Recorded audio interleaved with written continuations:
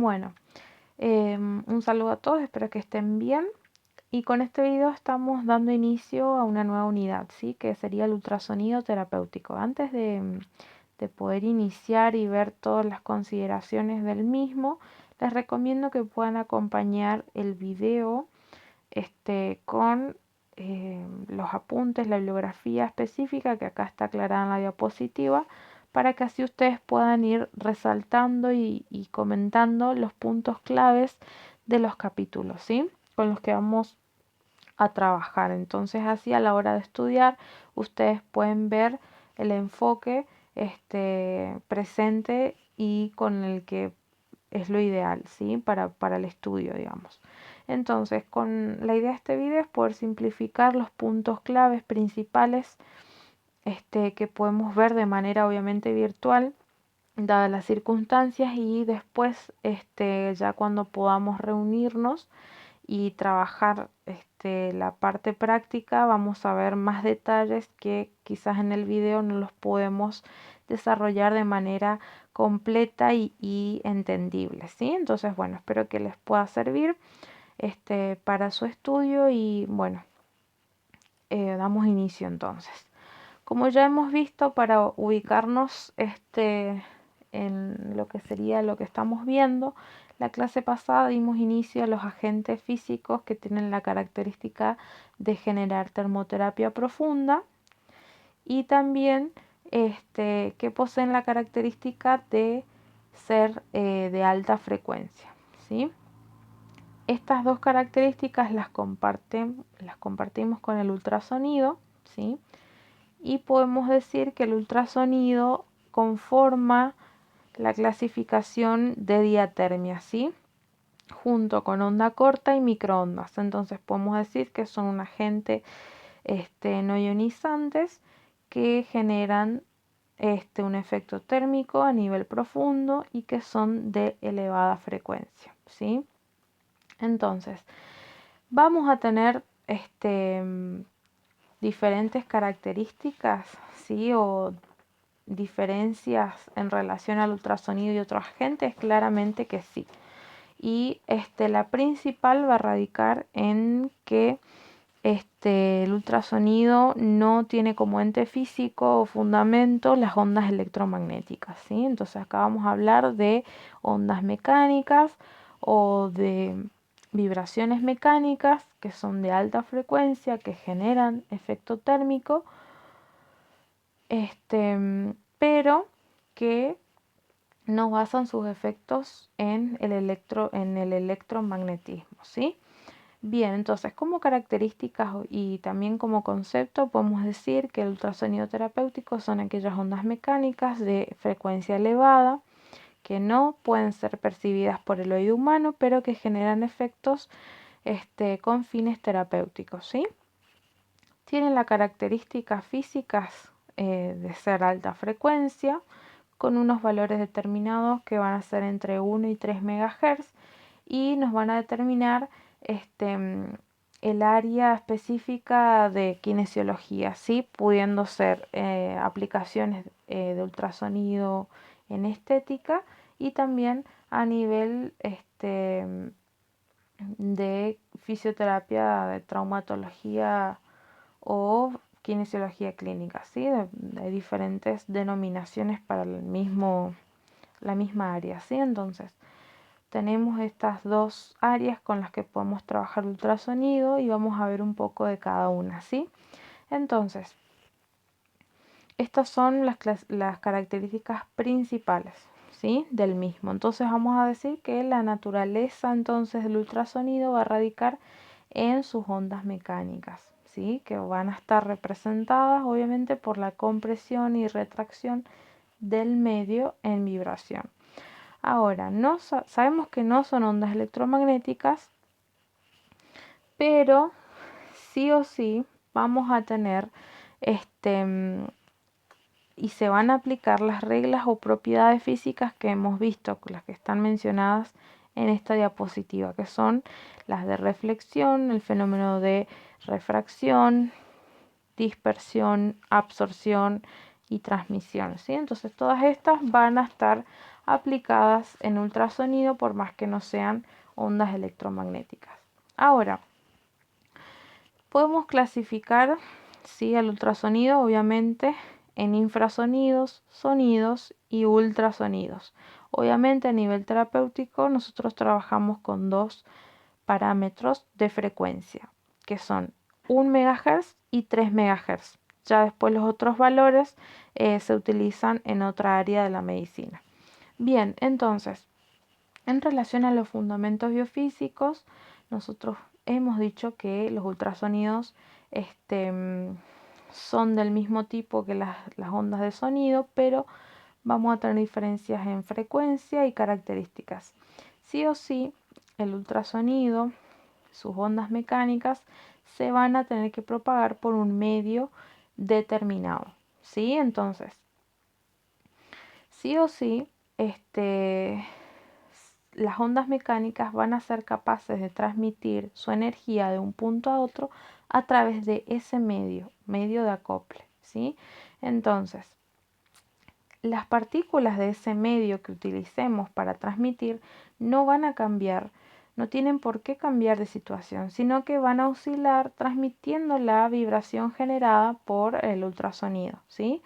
Obviamente, las vibraciones de las partículas de ese medio van a dar lugar a la producción de variaciones de presión en cada punto, ¿sí?, que se van a transmitir acompañando a la propagación del movimiento de las partículas en formas de ondas de presión. Parece un trabalengua lo que he dicho, pero lo importante es saber que los ultrasonidos son ondas mecánicas compuestas por compresiones y rarefacciones periódicas que desde un foco emisor se propagan por las partículas del medio, obviamente con un movimiento ondulatorio a una velocidad determinada, a una frecuencia determinada y a una intensidad que nosotros vamos a determinar. Entonces, sí o sí, para que se transmitan las ondas mecánicas, entonces necesitamos un medio para que vibre, ¿sí? Y por lo tanto, nosotros en el vacío no vamos a poder transmitirla, ¿sí? Y va a ser imposible su existencia o la capacidad del mismo, ¿sí? Entonces, a la hora de aplicar a nivel práctico el ultrasonido, sí o sí vamos a necesitar que esté presente el medio de acople, que no puede ser el aire. Bien, entonces ya vamos a desarrollar cuál es el ideal. Entonces, para hablar del mecanismo principal, ¿sí?, de producción y de la emisión, se basa principalmente o surge del efecto piezoeléctrico. ¿Sí? El efecto piezoeléctrico es la propiedad que tienen ciertos cristales para cargarse eléctricamente. ¿Cuándo? Cuando obviamente son sometidos a las compresiones o atracciones mecánicas.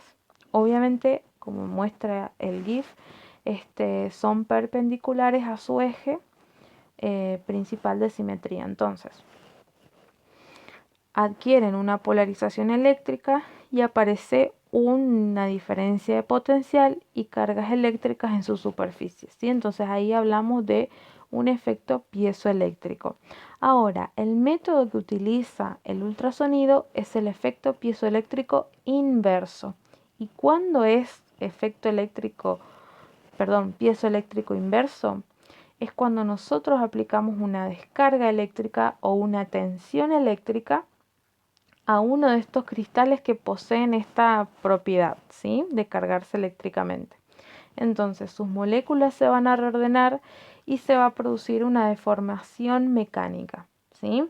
Si nosotros, como en la imagen, en la segunda imagen a la derecha, ahí les muestra, ¿sí?, como si nosotros sacamos y ponemos rápidamente una tensión eléctrica, obviamente, ¿qué va a pasar con el cristal? Va a vibrar y va a ser capaz, si está obviamente en contacto con un medio, de transmitir su vibración. Entonces el efecto piezoeléctrico inverso va a ser la base física que nos va a garantizar la producción del ultrasonido, ¿sí? Entonces, ahí ustedes pueden ver en las dos imágenes la diferencia súper clara de estos dos de estos dos efectos, ¿sí? A la izquierda tenemos el efecto piezoeléctrico, el cual basa el ultrasonido, ¿sí? Y ustedes pueden ver que al generar compresiones, perdón, sobre el cristal, el mismo genera una diferencia de potencial y genera que se encienda el foco, ¿sí?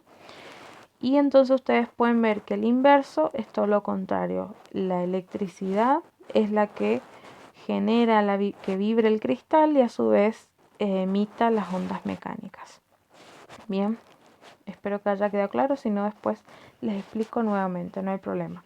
Entonces, sí o sí, la base principal que nos garantiza la producción del ultrasonido va a ser el efecto piezoeléctrico inverso, que es cuando yo aplico tensión eléctrica a los cristales que tienen la posibilidad, la capacidad de cargarse eléctricamente. Y una vez que son aplicados esta descarga, genera una transmisión, ¿sí?, de ondas mecánicas. Obviamente esa transmisión sí tenemos el medio capaz de transmitirlo. Bien, entonces tenemos determinados factores, características del ultrasonido que vamos a analizar y que son re importantes que los tengan y los conozcan, los sepan como la palma de su mano, porque es súper importante en ultrasonido esta parte que vamos a analizar ahora. Bien, entonces sí o sí nosotros necesitamos, de determinados elementos y consideraciones a la hora de aplicar el ultrasonido y a su vez para el correcto funcionamiento y entender algunas cuestiones. Entonces, en primer lugar, acá como pueden ver, el transductor o transductor, ¿sí?, que emite el ultrasonido va a ser siempre más pequeño que el cabezal que lo contiene, ¿sí? Entonces, el transductor va a ser el generador de alta frecuencia y va a estar ubicado en el cabezal, ¿sí? Entonces ahí va a estar ubicado el cristal dieléctrico o dieléctrico cristalino, ¿sí? Entonces ese material es el que va a emitir la vibración cuando está en contacto con el medio de acople, ¿sí? Entonces, en este transductor, ¿sí?, que está contenido en el cabezal, vamos a tener un área importante que va a ser el área de emisión o área efectiva de emisión, ¿sí?, que son las iniciales ERA, que se va a expresar en unidad de superficie y que es muy importante que sepamos, ¿sí? Y por qué es importante saber sobre qué consiste el ERA y cuál es nuestra área específica o efectiva de emisión, porque es un área que se va a encontrar en la parte anterior de todos los cabezales y va a estar delimitada. Va a ser plana, redondeada y va a ser más pequeña esa área que el área geométrica del cabezal, o del área geométrico del cabezal, mejor dicho, ¿sí? Entonces, sí o sí va a haber una parte en la que vamos a tener mejor transmisión de esas ondas, ¿sí? Entonces no quiere decir que en todo el cabezal que está en contacto con la superficie vamos a tener de manera uniforme la transmisión de esas ondas, sino que va a haber un área específica o efectiva, ¿sí?, donde vamos a tener mayor concentración de la misma. Por eso tenemos que saber que siempre esa área va a ser de menor tamaño que el cabezal mismo. Siempre, o el tamaño más utilizado va a ser el cabezal que tiene una circunferencia de 5 centímetros cuadrados, ¿sí? Y en cabezales más pequeños tenemos, o los faciales, tenemos zonas más pequeñas que van a abarcar entre 0.8 y 0.5 centímetros cuadrados, ¿sí? Entonces, siempre vamos a tener en cuenta. Y usted tiene un ejemplo en la imagen de un cabezal de 5 centímetros cuadrados y ustedes pueden ver el área específica de emisión del mismo, ¿sí? Entonces ahí tenemos la cara en azul. Lo que viene en azul es la cara del cabezal, ¿sí? Y ustedes en amarillo pueden ver el área efectiva de radiación o de emisión, ¿sí? Entonces siempre va a haber una zona en la que no va a estar, perdón, de forma uniforme la emisión del mismo, ¿sí? Entonces, bueno, eso más que nada es a lo que se refiere el mismo, ¿sí? Entonces, tenemos que saber determinar el ERA para poder definir la intensidad efectiva en una aplicación terapéutica, ¿sí? Entonces, tenemos entonces, como les decía, una intensidad de emisión no uniforme en toda la superficie, ¿sí? Entonces, lo que nos va a generar es determinados puntos calientes, ¿sí? Que sí o sí los vamos a tener que evitar y reducir, ¿sí? Entonces, por obviamente cuestiones físicas que no les voy a desarrollar, ¿sí? Que no son relevantes, no podemos tener un haz que sea central y una corona específica de haces alrededor. Entonces, sí o sí, tenemos que tener en cuenta esa área de emisión para que la intensidad no se precipite o pueda ser lo más uniforme posible. Y ahí tenemos una cuestión que es importante, que es esta pregunta, ¿sí? Que ustedes tienen que saber responderla y que la vamos a analizar cuando veamos otro factor más, ¿sí? ¿Por qué debemos mover el cabezal durante la aplicación? ¿Y cuál va a ser el movimiento del cabezal correcto, ¿sí? No es que lo puedo hacer de manera liberal, sino que no, tenemos una indicación específica. Ahora, nosotros tenemos características específicas del haz ultrasónico. Después esta pregunta la vamos a contestar, no se preocupen. Segundo punto, segundo factor importante a desarrollar son las características específicas del haz, ¿sí? Del ultrasonido. Entonces, el haz ultrasónico va a tener como característica que al salir del cabezal va a tener una forma cónica, ligeramente convergente, ¿sí? Y ahí entonces esa zona se va a determinar como campo cercano o zona de Fresnel. Y acá tenemos una imagen también determinando cada uno de los mismos, ¿sí? Entonces, el campo cercano, ¿sí? O zona de Fresnel, pueden aparecer los dos nombres y tienen que saber identificarlos, ¿sí? Sí o sí va a estar a la salida del cabezal emisor y va a tener estas características siempre: forma cónica, ligeramente convergente y va a tener una distancia determinada, ¿sí? En esta zona, ¿qué se va a producir? Mucho fenómeno de interferencia que van a estar derivados de la reflexión, ¿sí? Que va a ser por el paso del ultrasonido de un medio a otro con diferente impedancia, ¿sí? Y acá ya les menciono que si esos medios tienen impedancias muy diferentes, el ultrasonido se va a reflejar, casi en su totalidad y no va a alcanzar tanto a nivel profundo, ¿sí? Entonces vamos a tener en cuenta, ¿sí? Que vamos a tener interferencia, ¿sí? Y sí o sí ese fenómeno de interferencia se va a dar en los límites de transición entre un tipo de tejido a otro. Y la intensidad en esta área va a ser elevada, ¿sí? Entonces, por eso es que esta pregunta es importante también para estas características, ¿sí? Entonces, sí o sí la intensidad va a estar elevada y va a ser de importante proporción, ¿sí? Entonces, la longitud y la anchura que va a tener este campo cercano va a depender de dos elementos: de la longitud de onda del ultrasonido y del radio del transductor, ¿sí? Si yo tengo un cabezal de 5 centímetros cuadrados, yo voy a tener una distancia de campo cercano de aproximadamente 10 centímetros. Y esto nos lo dice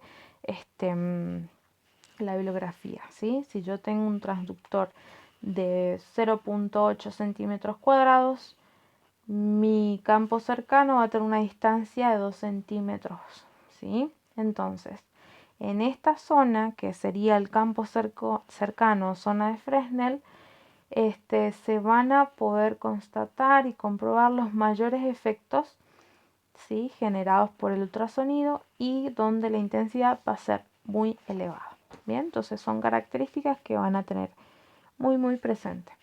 Y después tenemos el campo lejano o zona de Fraunhofer, no sé si lo pronuncié bien, pero bueno, en esta región el haz va a ser un poco más uniforme, mucho más uniforme, mejor dicho, con mucha ausencia de interferencia, ¿sí? Donde progresivamente se va a ir disminuyendo la intensidad, ¿sí? Pero obviamente de manera progresiva, así como ustedes lo ven en la imagen. En la práctica y en la aplicación, ¿sí?, por contacto directo con el cabezal y con el medio acople de por medio, la zona del tratamiento siempre va a caer en la zona del campo próximo o cercano, ¿sí? Entonces ahí tengan en cuenta esto. Al ser el campo cercano el más heterogéneo, o no, mejor dicho, homogéneo, aparece un fenómeno de interferencia, como les dije, que produce grandes picos de intensidades, ¿sí? Y esos picos de intensidades son elevados. Puede ser de 6 a 10 veces superiores a los que calculamos, ¿sí? Si yo puedo aplicar determinada dosis de intensidad, puede ser que esos picos sean 6 veces más que lo que yo he determinado. Entonces, sí o sí,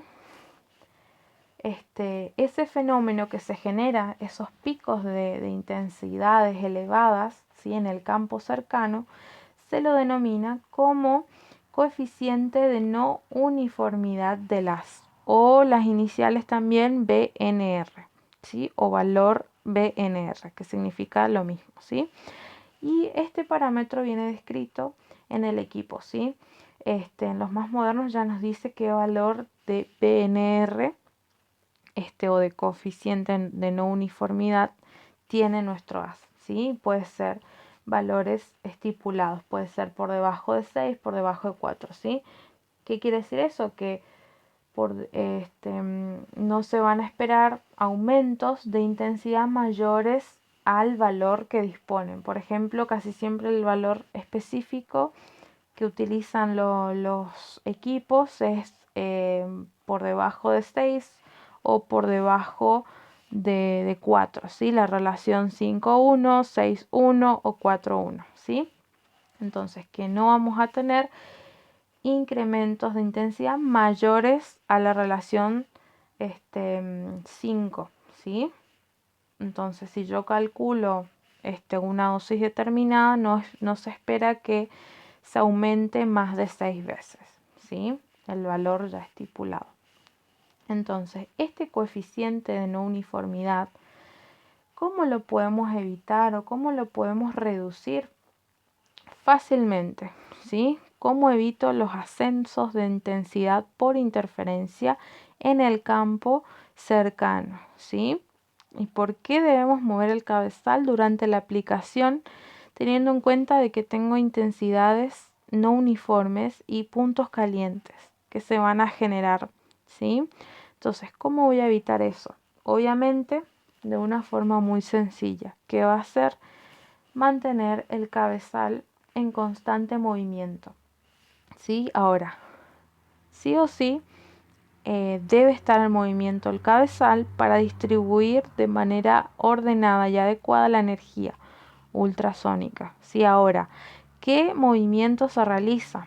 Y acá está especificado: la rotación sobre su eje, acompañado de una traslación lenta, y siempre va a ser a corta distancia en el área de la lesión. Por eso va a ser importante determinar, delimitar la zona de tratamiento para que yo pueda rotar y trasladar el cabezal por la zona. Entonces, así de manera uniforme, de la manera más uniforme posible, distribuimos la intensidad y no se generan estos puntos calientes o picos de intensidad elevada, ¿sí? Entonces ahí reducimos el coeficiente de no uniformidad y entonces tenemos un mejor resultado. ¿Qué pasa si yo mantengo fijo el cabezal y no lo muevo durante la aplicación?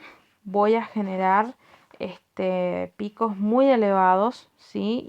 Y si está en modalidad continua, voy a generar una termoterapia profunda muy elevada, ¿sí?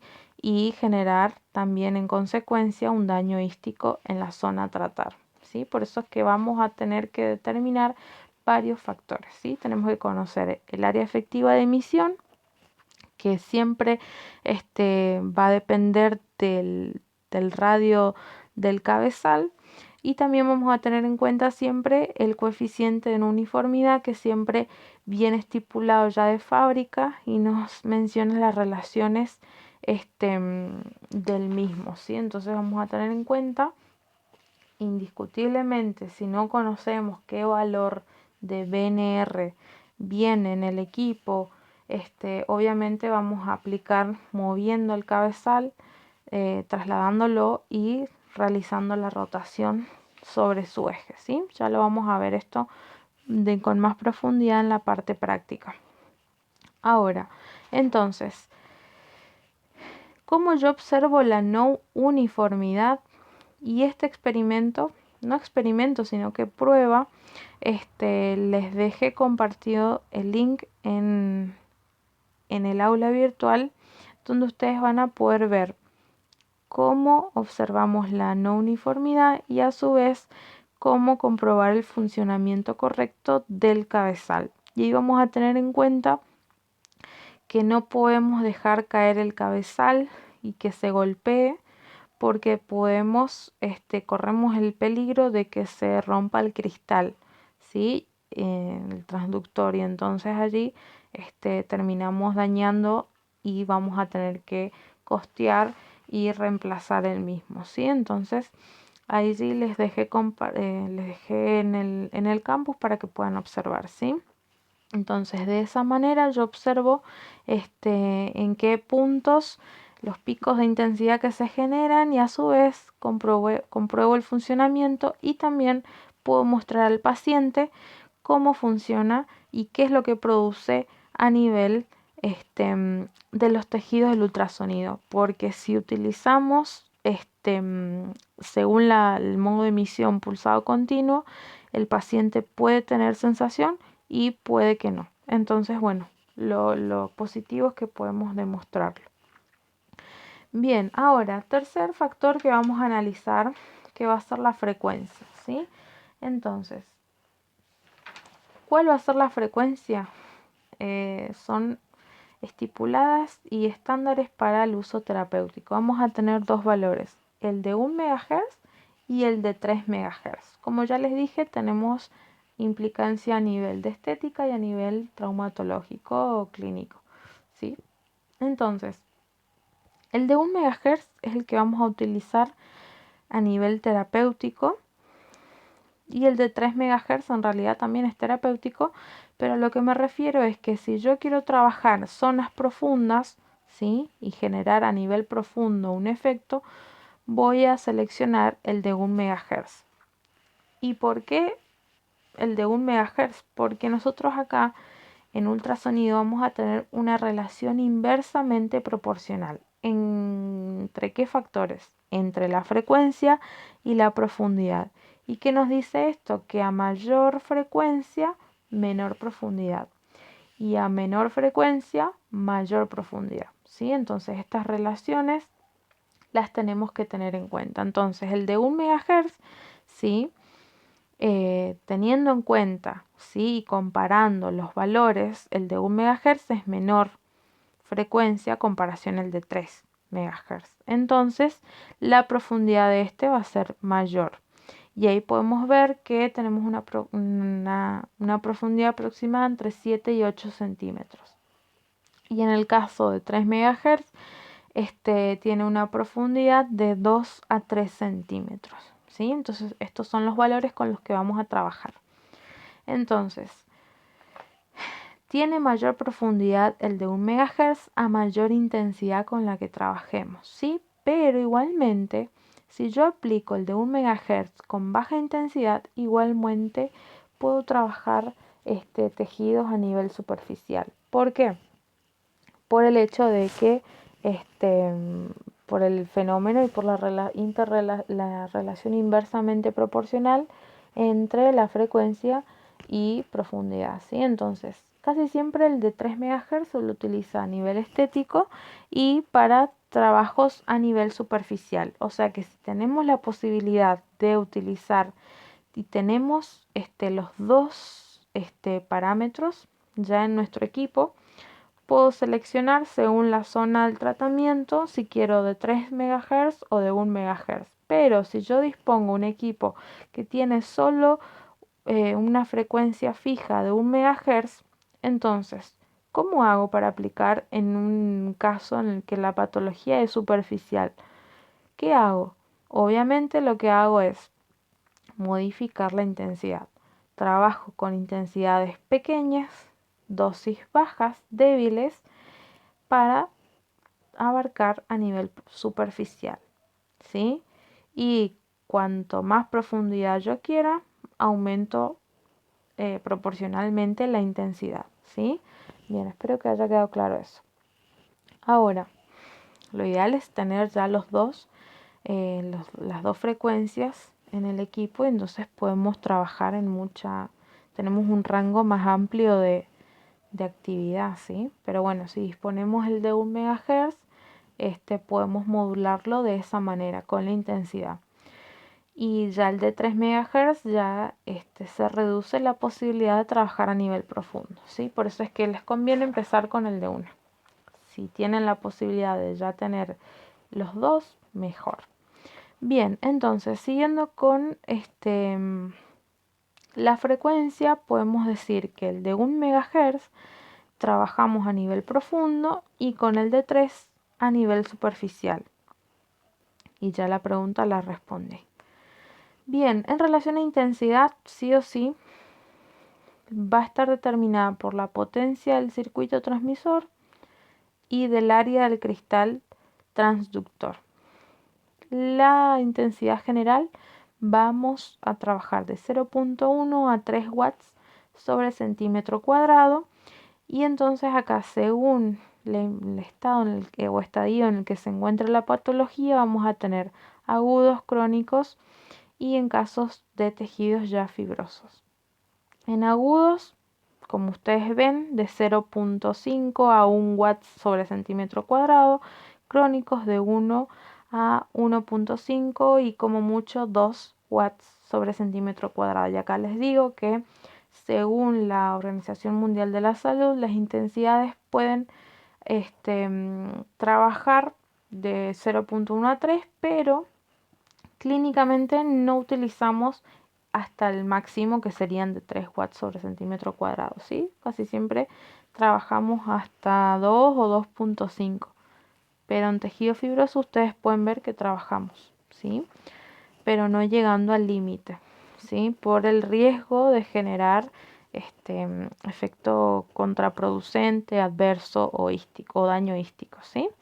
Ahora, en el caso del pulsado, yo sí puedo aplicar hasta como mucho 3 watts sobre centímetro cuadrado. ¿Por qué? Porque yo voy a tener una interrupción cada tiempo determinado de la emisión de las ondas mecánicas. Entonces es posible aplicar valores elevados de intensidad, porque ya el tiempo de interrupción me beneficia que no impacte de gran manera, pero igualmente tratamos de no llegar a ese valor, ¿sí?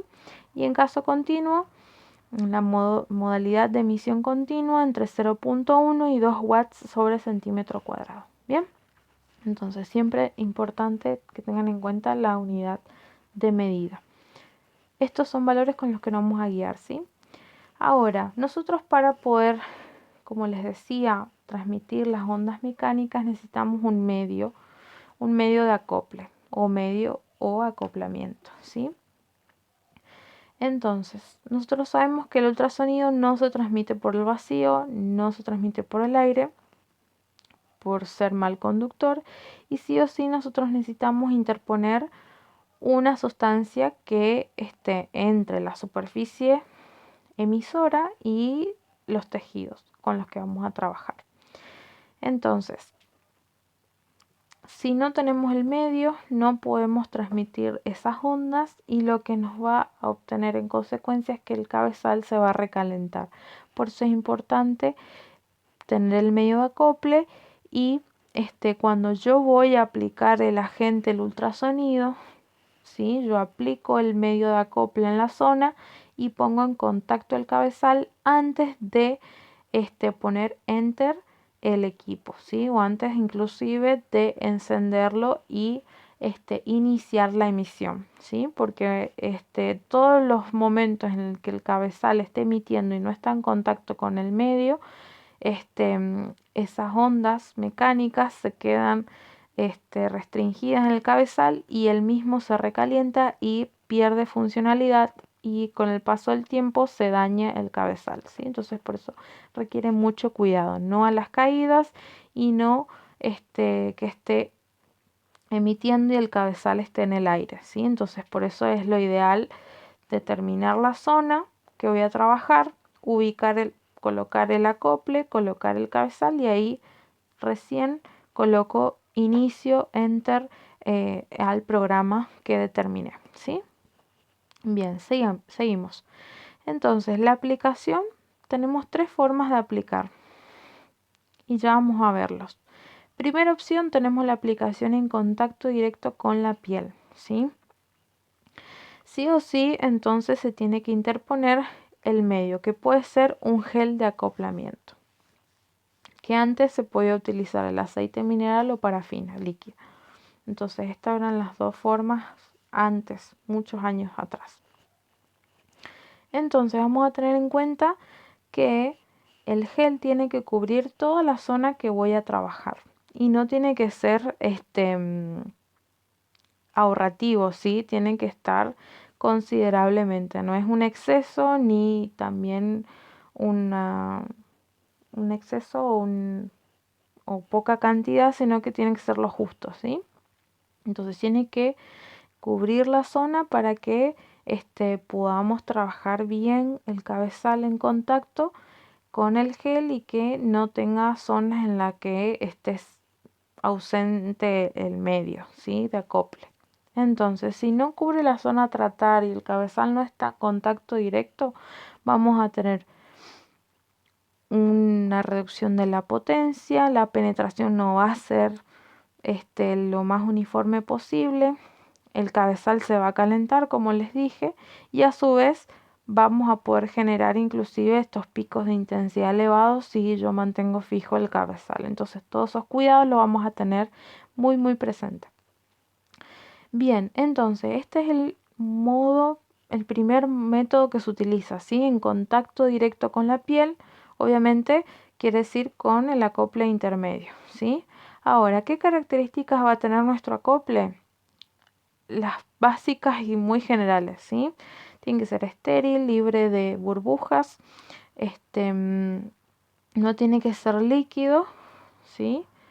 No tiene que ser absorbido con rapidez por la piel, no tiene que causar manchas, lo ideal es que sea inoloro, que tiene que tener buenas propiedades de propagación, en específico tendría que estar detallado que es para uso terapéutico, transparente o puede ser también con algún color, pero bueno, que no sea carente de transmisión por el mismo, ¿sí? Entonces tiene que ser estéril principalmente y tiene que tener buena propiedad de propagación, ¿sí? Son las principales. Tiene muchas, pero bueno, las más importantes. Ahora vamos a ver el segundo tipo de tratamiento. Aquí tenemos el tratamiento subacuático. Principalmente se aplica en las regiones en las que podamos sumergirlas, como manos o pies. ¿sí? Es con lo que más se trabaja, ¿sí? Si nosotros tenemos la posibilidad de tener un cabezal para zonas pequeñas, ¿sí? Como región de manos, y articulaciones pequeñas, genial. Pero si no poseemos y tenemos un cabezal grande, ¿sí? Relativamente grande, entonces esta opción es muy, muy buena, ¿sí? Entonces nosotros lo que hacemos es introducir la región a tratar, introducir el cabezal en un recipiente con agua. Y el agua va a ser el acople, ¿sí? Que va a actuar, ¿sí? Obviamente el cabezal no tiene que estar en contacto con la piel, sino que tiene que estar a una distancia pequeña, pero no tiene que estar en contacto. Y sí o sí el agua tiene que estar hervida o desgasificada, ¿sí? Si no tenemos producción de burbujas y entonces tenemos una mala conducción. Entonces, esos son detalles muy importantes para tener en cuenta, pero sirven para lo que sería pies y manos, más que nada.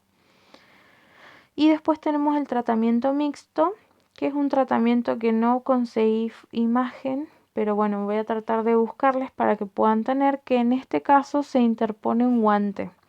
En realidad el guante de látex se lo llena de agua desgasificada o hervida, no tiene que haber aire dentro del mismo y se coloca este guante o globo, ¿sí? Entre el cabezal y la piel, pero tiene que haber en la piel gel, ¿sí? Gel entre el globo y la piel o el guante y la piel y gel entre el cabezal y el globo, ¿sí? Entonces, esta es una opción también posible de tratamiento mixto, ¿sí? Acá les menciono en la diapositiva, bueno, yo en un caso específico de úlceras, una vez que se realizaba la limpieza de la herida, se cubría con una fina capa de film y entonces allí yo colocaba el gel, y entonces colocaba el guante de látex, ¿sí? Con agua desgasificada y entonces ahí colocaba nuevamente el gel y ahí ponía en contacto el cabezal y ahí podía emitir, ¿sí? Esto por la irregularidad de la zona en la que se encontraba la úlcera, ¿sí? Entonces, bueno, tenemos estas tres opciones de tratamiento que son posibles y están buenas poder utilizarlas según el caso y la disponibilidad, obviamente. Bien, ahora tenemos otro elemento, otro factor importante que va a ser la atenuación y profundidad. A medida que ingresa y penetra las capas, las ondas mecánicas, el haz va perdiendo obviamente intensidad. Como les dije, principalmente por el fenómeno de reflexión, ¿sí? Que se daba en las interfaces, ¿sí? Y según la impedancia de los tejidos teníamos respuestas diferentes, ¿sí? Entonces, directamente relacionado los fenómenos de atenuación y profundidad con las propiedades físicas del agente. En el caso de los ultrasonidos de 1 MHz, como les decía, sabemos que la intensidad que se emite en este caso va a estar reducida a un 50% a los 4 centímetros de profundidad y en un 10% a los 12 centímetros. Entonces, según la región y el tejido que va a estar interpuesto, podemos llegar con el de 1 MHz a una profundidad de 10 centímetros, ¿sí? Obviamente se va perdiendo de esta energía, pero a nivel profundo llegamos, ¿sí? Y en el caso de 3 MHz, ¿sí? Tenemos a 1,5 centímetros de profundidad una reducción del 50%. Y a 5 centímetros ya tenemos un 10%. Entonces por eso es que se lo determina para tratamiento superficial. Y ahí en la imagen ustedes pueden ver un poco la diferencia. Bien. Entonces, más que nada estos porcentajes son importantes que sepan. Ahora, en relación a la absorción, que es otro factor, que es la absorción selectiva de los tejidos, el grado de la absorción y la conversión van a depender de determinados factores que son todos los que están mencionados acá. ¿sí? Los tejidos tienen diferentes coeficientes de absorción y conversión. Lo importante es recalcar que tenemos mayor absorción en aquellos tejidos que son ricos en colágenos, que por ejemplo tenemos excelentes tratamientos para tendones, vainas, fascias, ¿sí? Donde el calentamiento va a ser buenísimo, y en lo que sería las aplicaciones articulares también muy buenos resultados. Y donde tenemos menor absorción va a ser en aquellos tejidos elevados en contenido de agua, sangre, y un ejemplo claro es el músculo.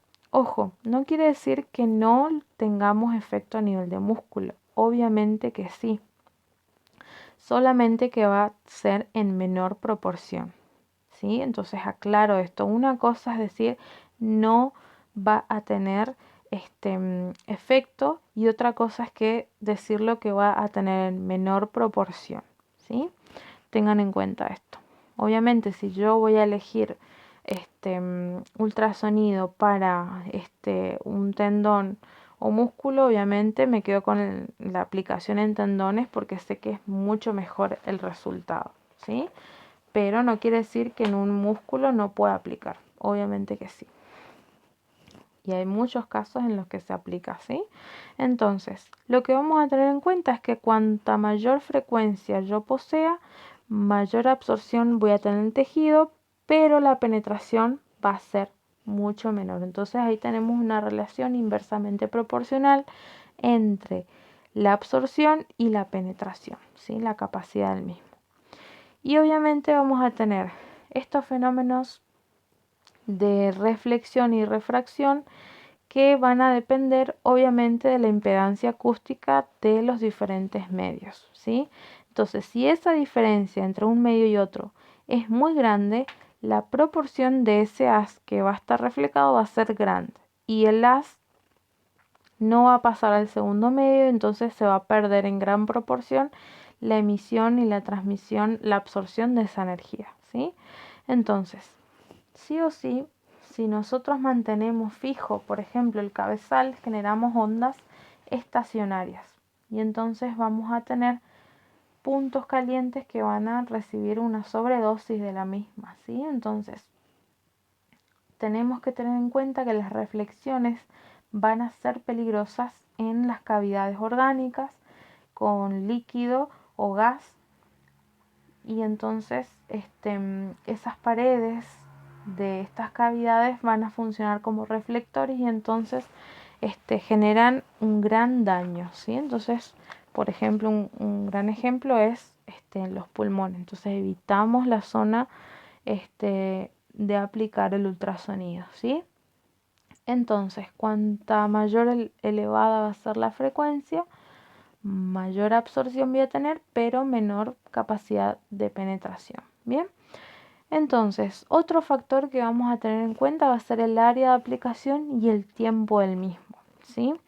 Entonces, nuestra área que vamos a determinar según el caso tiene que ser suficientemente extensa o grande para poder mover el cabezal, rotarlo y trasladarlo, pero a su vez no tiene que ser exageradamente grande, porque si no el cabezal va a estar pocos momentos por cada punto en el que tengo que trabajar, ¿sí? Entonces, si yo por ejemplo voy a hacer aplicaciones a nivel de la columna vertebral y quiero abarcar zona cervical, dorsal, lumbar, entonces lo que puedo hacer es segmentar, ¿sí? Y aplicar por partes el ultrasonido. No voy a hacer una aplicación a lo largo porque no es lo ideal, ¿sí? Entonces, como punto inicial podemos delimitar bien las zonas en las primeras aplicaciones hasta que podamos concentrar y tener una buena aplicación del mismo, ¿sí?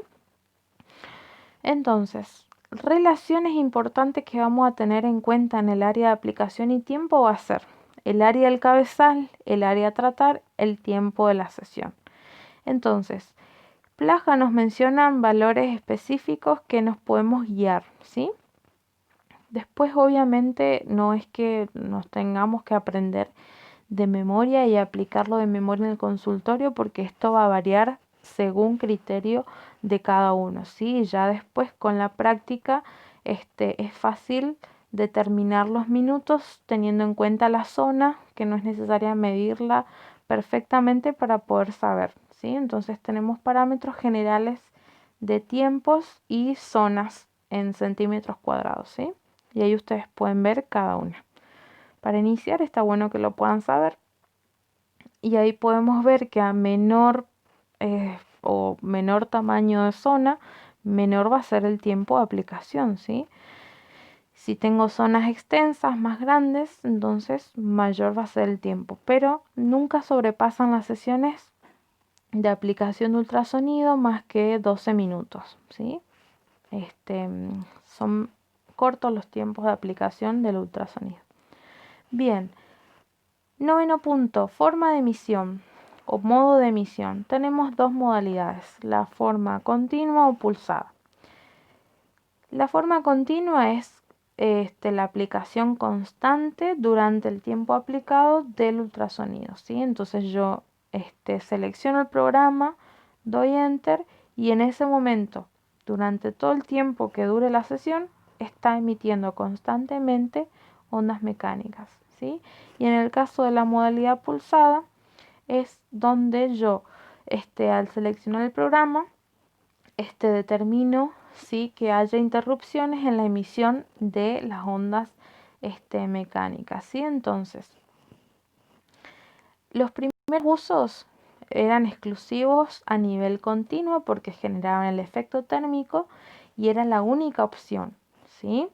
Pero con el paso de los años y según los estudios que realizaron, descubrieron que con dosis pequeñas y con interrupciones de la emisión, no generaba calor en los tejidos, pero sí también lograba efectos fisiológicos y en consecuencia efectos terapéuticos. O sea que después surgió la aplicación de estas dos modalidades, pulsado y continuo, determinando así que la modalidad pulsada tenía efectos atérmicos y la modalidad continua efectos térmicos, ¿sí? Entonces, en la modalidad pulsado, ¿sí? Entonces al interrumpirse la emisión, se disipaba el posible surgimiento del calor y entonces así no se llegaba a generar el mismo por la propia pausa que generaba, ¿sí? Entonces teníamos dosis bajas entre 0.1 o 0.2 watts sobre centímetro cuadrado para la aplicación pulsado y entonces no teníamos el efecto térmico propiamente y entonces teníamos el beneficio de aplicar ultrasonido en estadios agudos y subagudos, ¿sí? Entonces tenemos estas posibilidades de interacción. Entonces la emisión continua para casos crónicos y pulsada con la posibilidad de aplicar tanto para agudos como subagudos. Bien. Bien, hasta acá llegamos a la primera parte de ultrasonido. Después seguiremos viendo lo que son los efectos y las técnicas de aplicación.